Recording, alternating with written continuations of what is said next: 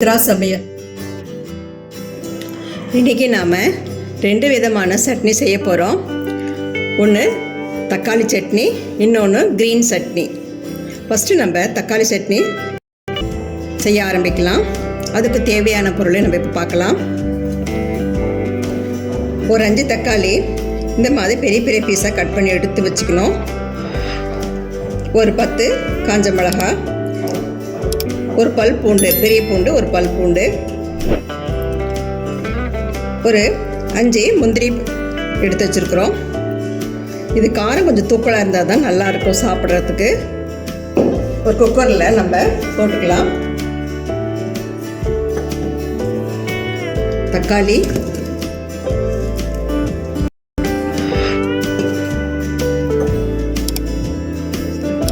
முந்திரி,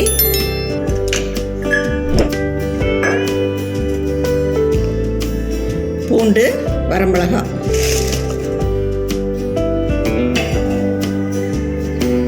இதுக்கு தேவையான உப்பு போட்டுக்கலாம்.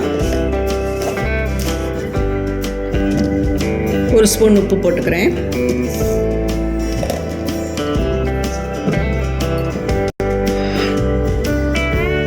கொஞ்சம்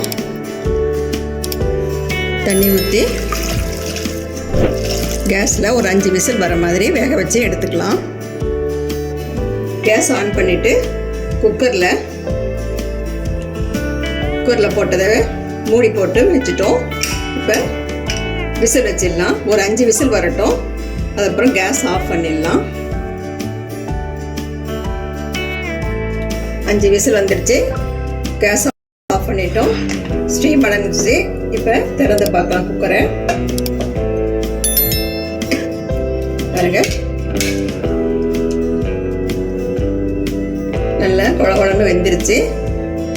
இது கொஞ்சம் தண்ணி வடித்து எடுத்துட்டு தக்காளி மிக்சியில் போட்டு நைஸாக அரைச்சி எடுத்துக்கலாம்.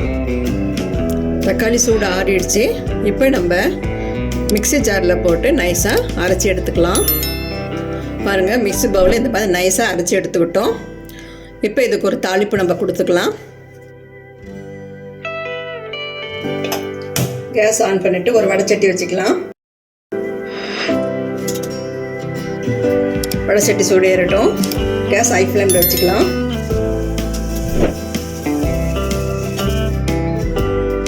இப்போ ஒரு 4 ஸ்பூன் எண்ணெய் விட்டுக்கலாம். நான் ரீஃபைண்ட் ஆயில் எடுத்துருக்கிறேன். இங்கே கடலை எண்ணெய் இருந்தாலும் நீங்கள் அதை எடுத்துக்கலாம்.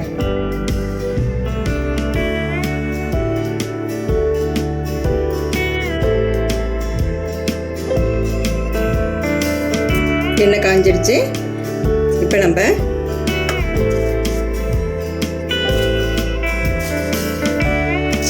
கடுகு 1/4 ஸ்பூன்,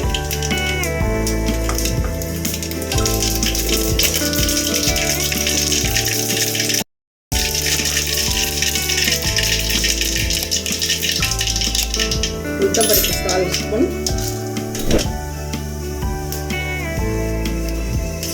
கருவேப்பிலை ஒரு கொத்து. பெருங்காயத்தூள் ஒரு 1/4 ஸ்பூன் போட்டுக்கலாம். அது கொஞ்சம் மணமாக கொடுக்கும்.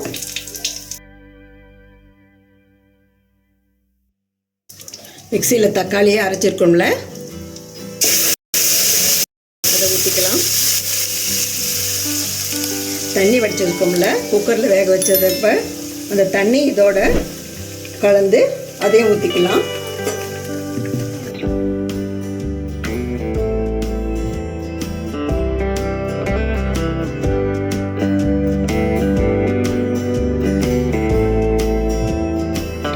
இது இட்லி தோசைக்கெல்லாம் சைட் டிஷ்ஷாக வச்சு சாப்பிட்டா இன்னும் நல்லா. எவ்வளோ இட்லி சாப்பிட்றோம், எத்தனை தோசை சாப்பிட்ணுன்னு கணக்கே தெரியாமல் அளவுக்கு நம்மளுக்கு சாப்பிட்டுக்கிட்டே இருக்கலாம். அந்த மாதிரி இருக்கும். இது ஒரு கொதி வரட்டும்.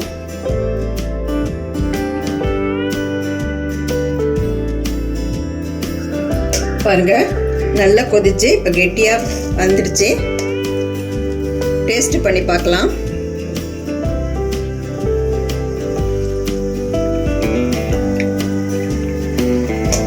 உப்பு காரம்லாம் சரியாக இருக்குது. இதை நம்ம ஒரு பவுலில் மாற்றிக்கலாம். சுவையான தக்காளி சட்னி ரெடி ஆயிடுச்சு. நம்ம டூர் போகும்போதெல்லாம் இதை செஞ்சு எடுத்துகிட்டு போகலாம். எதுவும் கெட்டு போகாது. நீங்களும் உங்கள் வீட்டில் இதே மாதிரி ட்ரை பண்ணுங்கள், சரியாக வரும். அடுத்ததான் நம்ம செய்கிறது க்ரீன் சட்னி.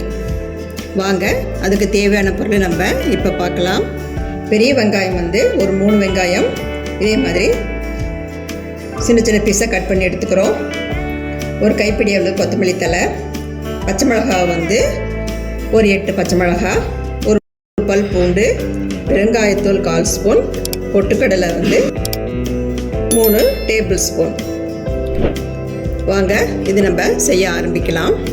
கேஸில் நம்ம ஒரு வடைச்சட்டி வச்சுக்கிட்டோம்.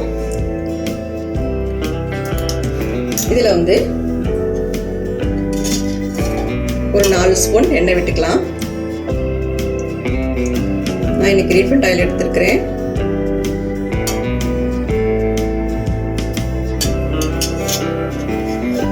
எண்ணெய் கொஞ்சம் காயிட்டோம்.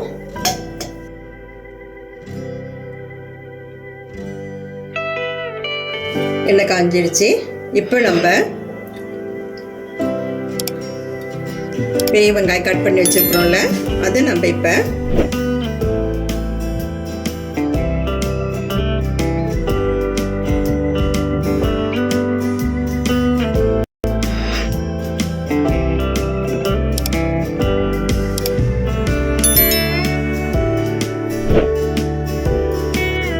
இது கூட பச்சை மிளகாய், பூண்டு போட்டுக்கலாம்.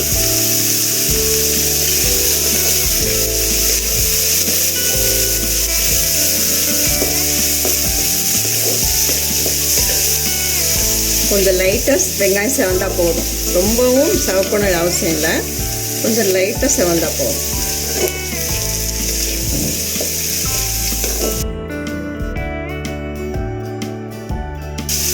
லைட்டாக செவக்க வந்துட்டுருக்கு. இந்த டயத்தில் நம்ம பொட்டுக்கடலை 3 ஸ்பூன் எடுத்துருக்கோம்ல, அதை போட்டுக்கலாம்.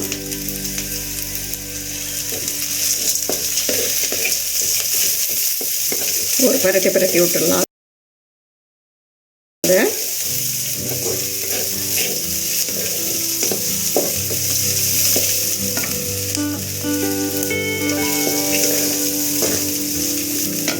கூட கொத்தமல்லி தழை அதை போட்டுக்கலாம்.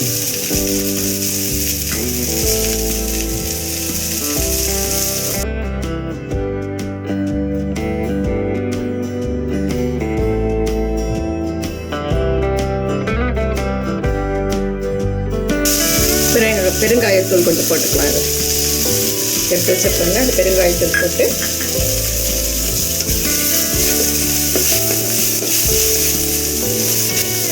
கடையிட்டோம். இது இப்போ ஆறட்டும். ஆறுன அப்புறம் நம்ம மிக்ஸி பவுலில் நைஸாக அரைச்சி எடுத்துக்கலாம். பாருங்கள், மிக்ஸியில் இந்த மாதிரி நைஸாக நம்ம அரைச்சி எடுத்துக்கலாம். அரைச்சி எடுத்துக்கிட்டோம். இதுக்கு ஒரு தாளிப்பு நம்ம இப்போ கொடுக்கலாம். கேஸ் ஆன் பண்ணிவிட்டு ஒரு கடாய் வச்சுக்கிறோம். இதில் நம்ம ஒரு 3 ஸ்பூன் எண்ணெய் விட்டுக்கலாம்.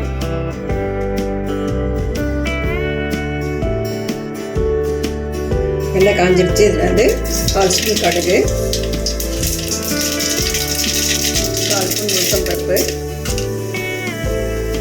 கொஞ்சம் கருவேப்பிலை,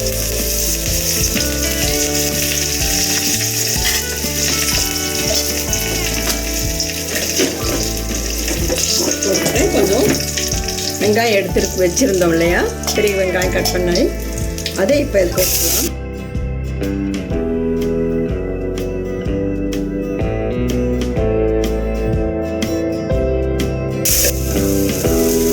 வெங்காயம் பொன்னிறமாயிடுச்சு. இப்போ நம்ம மிக்சியில் அரைச்சி வச்சுருக்கோம்ல, இந்த கலவையை இதில் ஊற்றிடலாம். அதோட கொஞ்சம் மிக்ஸி கப்பில் கொஞ்சம் தண்ணி சேர்த்து அதை ஊற்றிக்கலாம்.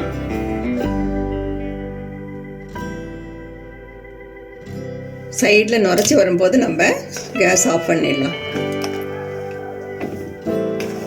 இது பொட்டுக்கடலை போட்டதுனால சீக்கிரமாக நம்மளுக்கு கெட்டிப்படும். இது நம்ம வந்து டூருக்கெல்லாம் எடுத்துகிட்டு போக முடியாது. பொட்டுக்கடல் போட்டதுனால கெட்டு போயிடும். நம்ம டூருக்கெல்லாம் போகும்போது இது செஞ்சு எடுத்துகிட்டு போகலான்னு இது எடுத்துகிட்டு போக முடியாது.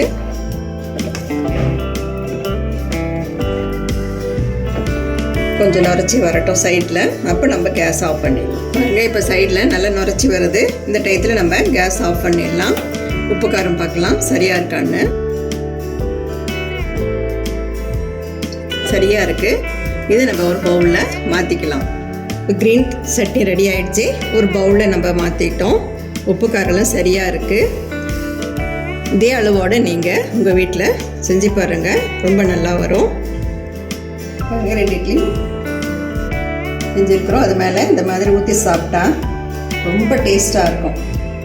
இன்னும் கொஞ்சம் எடுத்து சாப்பிட்லாம் போல தோணும்.